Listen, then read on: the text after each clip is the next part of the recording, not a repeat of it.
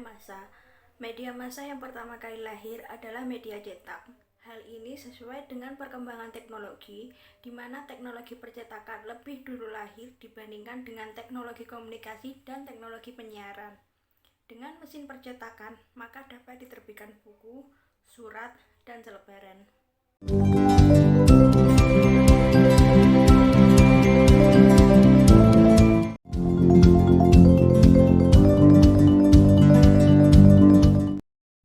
Perkembangan hukum media cetak dan elektronik. Hukum pers yang berkembang di Indonesia dari masa Hindia Belanda sampai masa reformasi adalah hukum pers media cetak. Sedikit sekali yang disinggung mengenai hukum pers penyiaran. Namun, dengan makin berkembangnya media penyiaran, juga berkembang kajian media penyiaran dan media cetak. Ada beberapa penyebab mengapa terjadi ketimpangan atau ketertinggalan di dunia penyiaran dibandingkan dengan dunia jurnalistik cetak, yaitu yang pertama, pers cetak lahir lebih dahulu daripada pers penyiaran karena lembaga pers cetak memang lebih dahulu lahir daripada lembaga penyiaran. Hal ini bukan merupakan kasus istimewa bagi Indonesia karena perkembangan teknologi penyiaran memang baru ditemukan sekitar 4 abad setelah teknologi cetak. Yang kedua, sejak masa kemerdekaan, media penyiaran di Indonesia berpuluh-puluh tahun dikuasai oleh pemerintah, sehingga pers penyiaran juga merupakan pers pemerintah. Pers penyiaran yang berorientasi kepada pemerintah tidak menimbulkan persoalan hukum dan politik dengan pemerintah.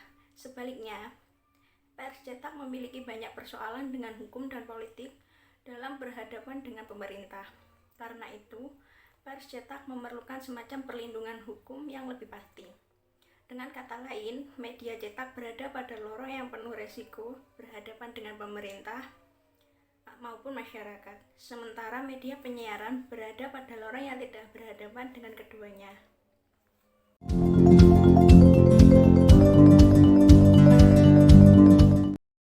Sejarah media di Indonesia.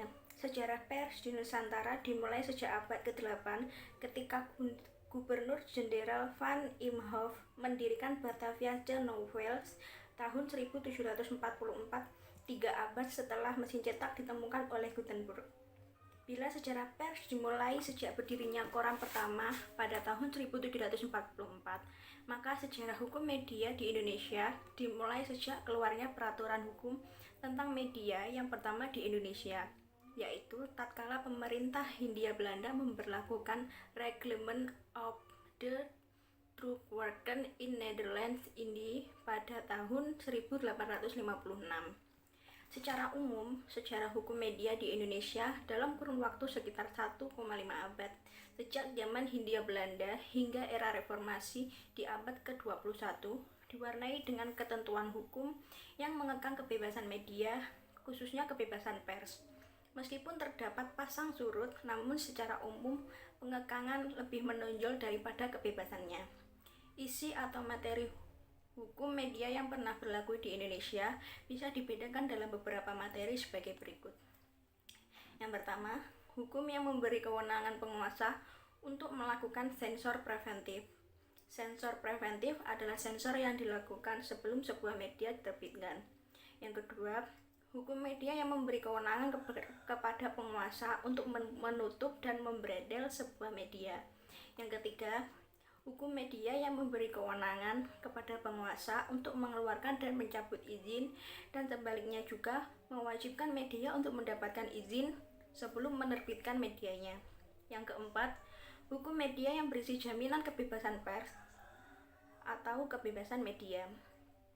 Dilihat dari sifat peraturannya, sejarah hukum media dapat dibagi dalam 3 periode. Periode pertama yaitu periode sensor preventif.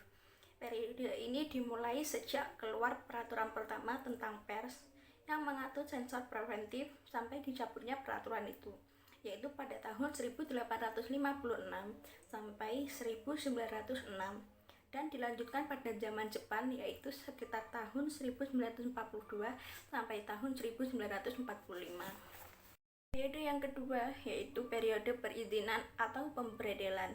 Periode ini berlangsung sejak kedatangan Jepang, yaitu pada tahun 1940 sampai 1942, dan kemudian berlanjut ketika terjadi pemberedelan 13 penerbit pada masa akhir demokrasi liberal sampai berakhirnya Orde Baru, yaitu pada sekitar tahun 1957 sampai tahun 1998. Yang ketiga, yaitu periode kebebasan pers.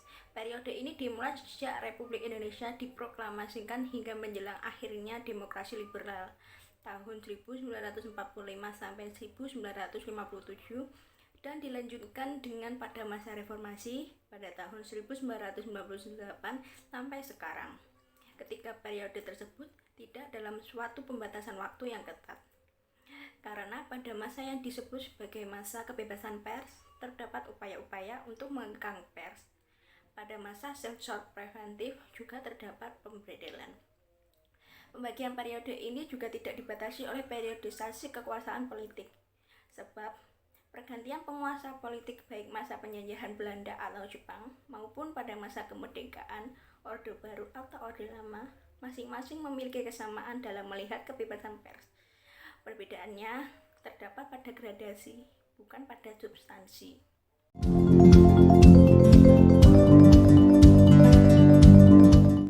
Perbedaan fundamental antara media cetak dan media penyiaran adalah dalam penggunaan alat untuk menyampaikan pesan kepada massa.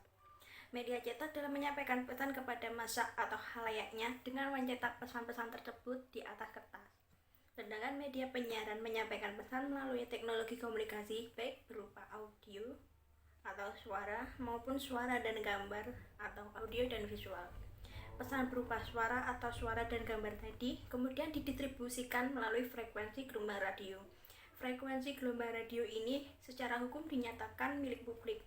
Oleh karena media penyiaran menggunakan fasilitas publik dalam distribusinya, maka media ini memperoleh perlakuan yang lebih ketat di mata hukum, sedangkan media cetak lebih longgar. Perbedaan media cetak dan media penyiaran juga terjadi dalam bidang pers. Istilah pers cetak dan pers penyiaran tidak dapat digunakan secara bergantian, sebab istilah pers cetak memiliki implikasi hukum yang berbeda dengan pers penyiaran. Meskipun ada kesamaan dan perbedaan antara hukum media cetak dan hukum media penyiaran, namun keduanya memiliki prinsip dasar atau asas-asas yang sama. Dilihat dari asas-asas perbedaan antara hukum media cetak dan media penyiaran lebih merupakan perbedaan gradasi. Meskipun dalam tingkat teknis perbedaan ini bisa sangat tajam, terutama bila dilihat dari sumber hukumnya.